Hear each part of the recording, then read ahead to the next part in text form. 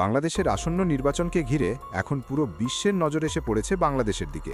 রাজনৈতিক স্বার্থে কেউ প্রকাশ্যে, কেউ আবার নীরবে সমর্থন দিচ্ছে ভিন্ন ভিন্ন দলকে। কেউ জামায়াতকে এগিয়ে রাখতে চায়, আবার কেউ বিএনপির পক্ষে অবস্থান নিচ্ছে। তবে কিছু কিছু দেশ তো একেবারেই রাগঢাক না করে সরাসরি সমর্থন জানাচ্ছে।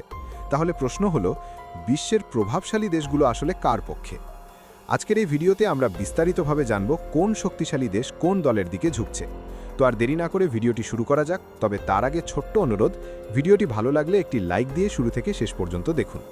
বাংলাদেশে জামায়াতে ইসলামীকে রাষ্ট্র ক্ষমতায় দেখতে যে দেশটি সবচেয়ে সক্রিয় ভূমিকা রাখছে সেটি হলো পাকিস্তান। পাকিস্তানের সাম্প্রতিক কার্যক্রম লক্ষ্য করলে দেখা যায়, জামায়াতের পক্ষে তারা প্রায় সব ধরনের তৎপরতাই চালিয়ে যাচ্ছে।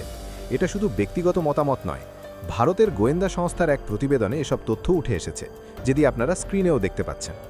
প্রতিবেদন অনুযায়ী অভিযোগ রয়েছে, পাকিস্তানের হাই কমিশনার একাধিকবার জামায়াতে ইসলামীর আমিরের সঙ্গে বৈঠক করেছেন। আরও চাঞ্চল্যকর বিষয় হল, পাকিস্তানের ডেপুটি প্রাইম মিনিস্টার কোনো সরকারি কর্মসূচি ছাড়াই সরাসরি ঢাকায় এসে জামায়াত আমিরের বাসায় গিয়ে আলোচনা করেছেন। এসব থেকেই স্পষ্ট, পাকিস্তান যে কোনো মূল্যে জামায়াতে ইসলামীকে ক্ষমতায় আনতে চায়। অন্যদিকে পাকিস্তানের বিপরীতে অবস্থান নিয়েছে ভারত। ভারত শুরু থেকেই আওয়ামী লীগ সরকারের পতনের পর বিএনপির প্রতি আস্থা দেখিয়েছে। যদিও প্রকাশ্যে তারা এখন কোনো মন্তব্য করছে না, তবে গোপনে বিএনপিকে সমর্থন দিচ্ছে বলে রাজনৈতিক বিশ্লেষকদের ধারণা। ভারতের একটি বড় কারণ হল, তারা কখনোই বাংলাদেশের ইসলাম ভিত্তিক কোনো দলকে ক্ষমতায় দেখতে চায় না। সে কারণেই ভারত চায় যে কোনোভাবে বিএনপি ক্ষমতায় আসুক। ইতিমধ্যে ভারতের হাইকমান্ড ও পররাষ্ট্রমন্ত্রীর সঙ্গে তারেক রহমানের একাধিক বৈঠক হয়েছে, যা থেকে বোঝা যায় ভারতের সমর্থন কোন দিকে। বিশ্বের আরেকটি পরাশক্তি রাশিয়া সরাসরি কোনো দলকে সমর্থন না করলেও সম্প্রতি তারেক রহমানের সঙ্গে রাশিয়ান হাই কমিশনের বৈঠক হতে দেখা গেছে। এতে অনেকেই মনে করছেন রাশিয়ার ঝোঁকও বিএনপির দিকেই। এর বিপরীতে যুক্তরাষ্ট্র একেবারেই ভিন্ন অবস্থান নিয়েছে। আমেরিকা প্রকাশ্যেই বাংলাদেশের অভ্যন্তরীণ রাজনীতিতে হস্তক্ষেপ করছে বলে অভিযোগ রয়েছে। যেখানে রাশিয়া মৌন সমর্থন দিচ্ছে বিএনপিকে, সেখানে যুক্তরাষ্ট্র তাদের কর্মকাণ্ডের মাধ্যমে জামায়াতকে প্রকাশ্য সমর্থন দিচ্ছে। আপনারা স্ক্রিনে যে ছবিটি দেখছেন, সেখানে লক্ষ্য করলে দেখবেন, ইউরোপীয় ইউনিয়নের প্রায় সব দেশের হাই কমিশন সরাসরি জামায়াতে ইসলামীর আমিরের সঙ্গে বৈঠক করেছে।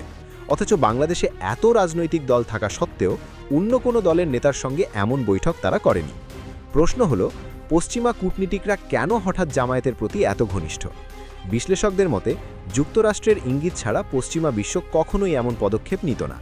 এছাড়াও জামায়াত আমিরের একাধিক যুক্তরাষ্ট্র সফর এই বার্তাই দেয়, আমেরিকা জামায়াতকে ক্ষমতার মসনদে দেখতে আগ্রহী। আরেক পরাশক্তি চীনও জামায়াতে ইসলামীর প্রতি আগ্রহ দেখাচ্ছে। ভারতের সঙ্গে দীর্ঘদিনের বৈরিতা বিবেচনায় দেখে চীন মনে করছে, বাংলাদেশে অন্য কোনো দল ক্ষমতা এলে তারা প্রত্যাশিত কৌশলগত সুবিধা পাবে না, তাই তুলনামূলকভাবে জামায়াতকেই তারা উপযোগী মনে করছে। সম্প্রতি চীন সরকারিভাবে জামায়াত আমিরসহ 8 জন শীর্ষ নেতাকে আমন্ত্রণ জানিয়েছে। বাংলাদেশে বহু রাজনৈতিক দল থাকলেও অন্য কাউকে এভাবে ডাকা হয়নি। ওই সফরে কী আলোচনা হয়েছে তা প্রকাশ্যে আসেনি, তবে অনেকেই এটিকে অত্যন্ত গুরুত্বপূর্ণ ও গোপন বৈঠক বলে মনে করছেন। এসব ইঙ্গিত দেয়, চীন আনঅফিশিয়ালি হলেও জামায়াতকে ক্ষমতায় দেখতে চায়। অন্যদিকে যুক্তরাজ্য ঝুঁকেছে বিএনপির দিকে। ইতিমধ্যে তারেক রহমানের সঙ্গে যুক্তরাজ্যের বৈঠক হয়েছে। দীর্ঘ 17 বছর লন্ডনে অবস্থান করায় তারেক রহমানের সঙ্গে তাদের সুসম্পর্ক তৈরি হয়েছে, যাই সমর্থনকে আরও শক্ত করেছে। বাংলাদেশে জামায়াতে ইসলামীকে ক্ষমতায় দেখতে চায় আরেক প্রভাবশালী দেশ তুরস্ক। এটি কোনো গোপন সমর্থন নয়, পুরোপুরি প্রকাশ্য। জামায়াত নেতাদের ফাঁসির সময় তুরস্কের ক্ষমতাসীন একে পার্টি সরাসরি রাজপথে নেমে প্রতিবাদ করেছিল। এরপর থেকে ধারাবাহিকভাবে তুরস্কের হাই কমিশনের সঙ্গে জামায়াতের একাধিক বৈঠক হয়েছে এবং তারা বিভিন্ন পরামর্শ দিয়েও সহযোগিতা করছে। অস্ট্রেলিয়া আগে থেকেই বিএনপির প্রতি সহানুভূতিশীল ছিল, তবে শেখ হাসিনা সরকারের পতনের পর তারা এখন নীরব অবস্থানে রয়েছে। যে দল ক্ষমতায় আসবে, নিজেদের স্বার্থে তাদের সঙ্গেই কাজ করবে, এমনটাই অস্ট্রেলিয়ার অবস্থান। ইসলামিক রাষ্ট্র মিশরের সঙ্গে জামায়াত নেতাদের সম্পর্ক দীর্ঘদিনের।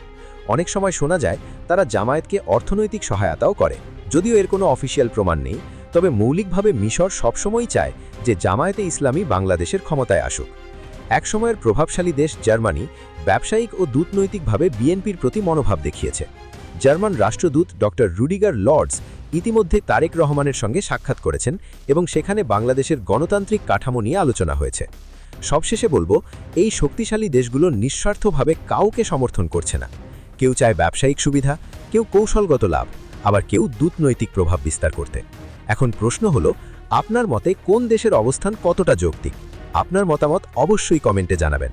ভিডিওটি ভালো লাগলে শেয়ার করুন, আর এমন আরও বিশ্লেষণমূলক ভিডিও পেতে মায়া লাভে চ্যানেলটি সাবস্ক্রাইব করে বেল আইকনটি বাজিয়ে রাখুন।